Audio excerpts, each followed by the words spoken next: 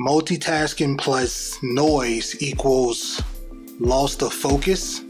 Ever wonder how hard it is to spot phishing emails and potentially malicious search engine results, or PMSER, in distracting environments? An IT programs coordinator for Tidewater Community College, TCC, and 3 professors at Nova Southeastern University are trying to find out. There are multiple definitions for phishing. I'm going to give you the one from IBM.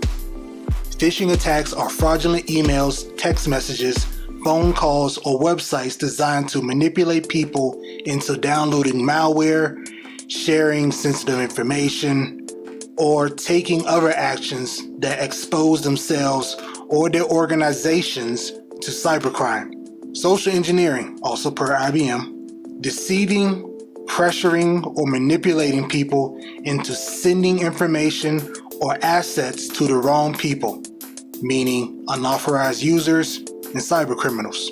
The reason this topic is relevant to social engineering and cybersecurity is very simple. Many people today are constantly on the go in subways or Uber, just driving, or just using smartphones for email communications. This isn't new. BlackBerry phones were popular for this in the early 2000s. Secondly, targeting victims in busy, distracting locations isn't difficult or new. It's a common technique in other criminal acts like robbing people at remote ATMs and using evil twin routers in an attempt to steal user credentials, network traffic, and other data. Alright, so with the definitions out of the way, the reason as to why it's important, the article that we're talking about is titled Pilot Testing of Experimental Procedures to Measure Users' Judgment Errors in Simulated Social Engineering Attacks. This pilot testing is based on their earlier article, Subject Matter Experts' Feedback on Experimental Procedures to Measure Users' Judgment Errors in Social Engineering Attacks. So what was the experiment? So there are 2 questions. The first one, what are users' judgments in 2 types of simulated social engineering attacks, phishing and PMSER? That being the potentially malicious search engine results, in 2 kinds of environments, distracting versus non-distracting, and 2 types of devices, mobile phone versus a workstation or computer. The second research question, are there any differences in users' judgments when encountering simulated social engineering attacks in distracting versus non-distracting settings with mobile phones versus computers, depending on age, gender, level of education, and social media usage? So how did they do this? They used Qualtrics and Zoom, because of COVID-19, to play audio files based on the experts' feedback in their initial study. The audio files consisted of crowd noise from an office and airports, a crying baby, circus music, and other royalty-free sounds found on YouTube. The participants were 10 men and women aged 30 to 59, all with at least a graduate degree or master's degree, and half of which stated they used social media more than occasionally. They were given 3 legitimate emails, 3 legitimate links, 9 illegitimate emails, and 9 illegitimate search engine links, with 3 options for each one: legitimate, phishing, or potentially malicious link, or ask the IT department. Basically unsure. There's 2 tests here.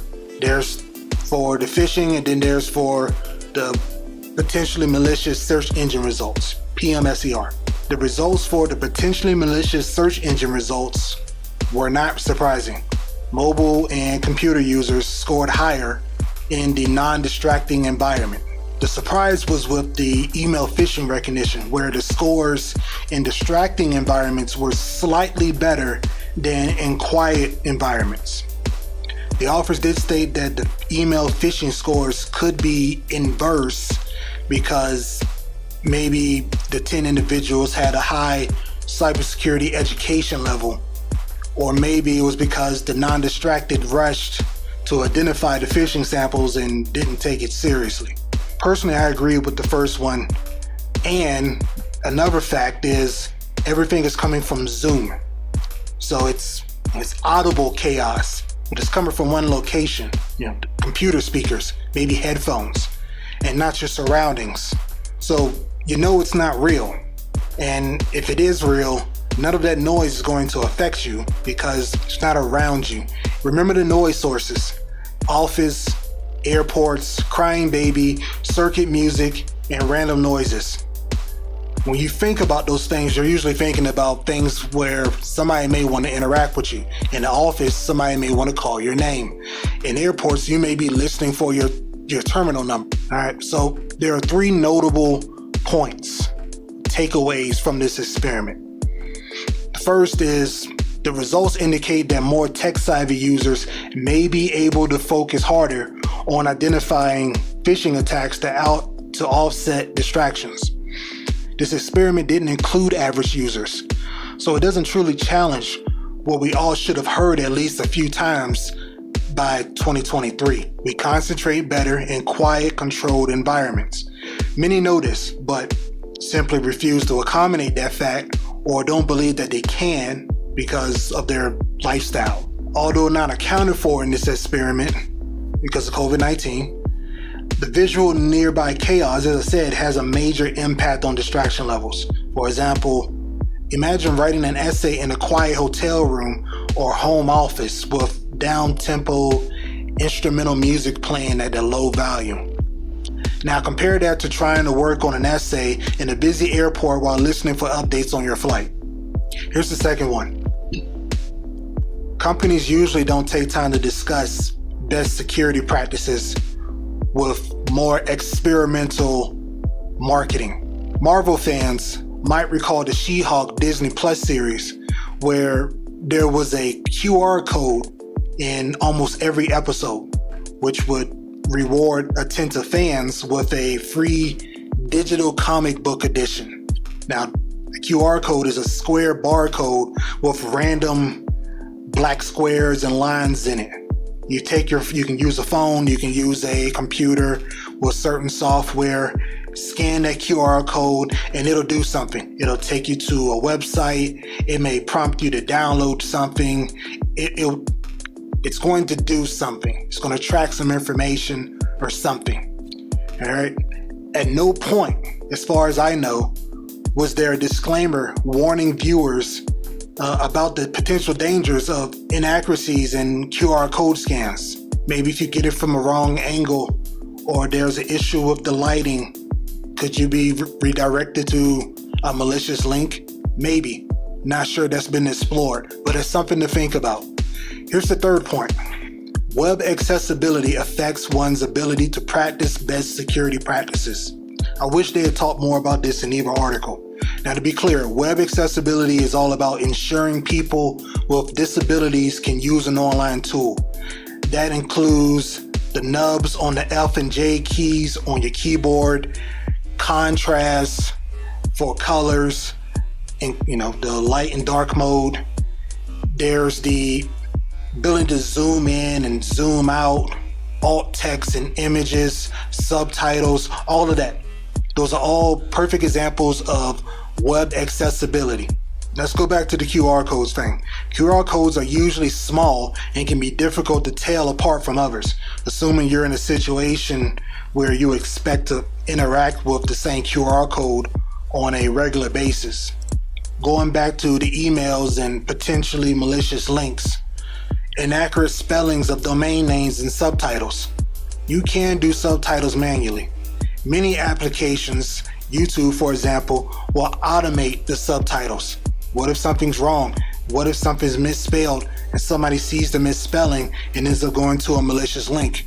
Now you have a victim of typo squatting or cyber squatting. And lastly, overlay widgets, which add more accessibility features to the website. These widgets usually duplicate features already available in popular web browsers and operating systems and can break other website functions. The actionable takeaway or call to action is that we need to rethink what we consider to be an appropriate time to not only execute certain online tasks which are prone to phishing attacks, specifically email, but to focus on that task. That can look different for different people. For some people, it may just look like only managing email at the office and on a workstation instead of a mobile device. Again, think about accessibility, being able to actually read what you're doing. For others, it may look like improving workflow habits, maybe with something like the Pomodoro timer technique. For others, it may be something simpler. When working, instead of listening to music with vocals because that further distracts us, opt for instrumental down-tempo music playlists like the Enjoy Studying YouTube channel, or ambient noise web applications like mynoise.net and Blanket for Linux users. Also, some email clients allow you to set how long before actually sending a response or following a hyperlink, which can provide a buffer when realizing you've just hastily interacted with an email. Links to everything in the description below. Thanks for listening.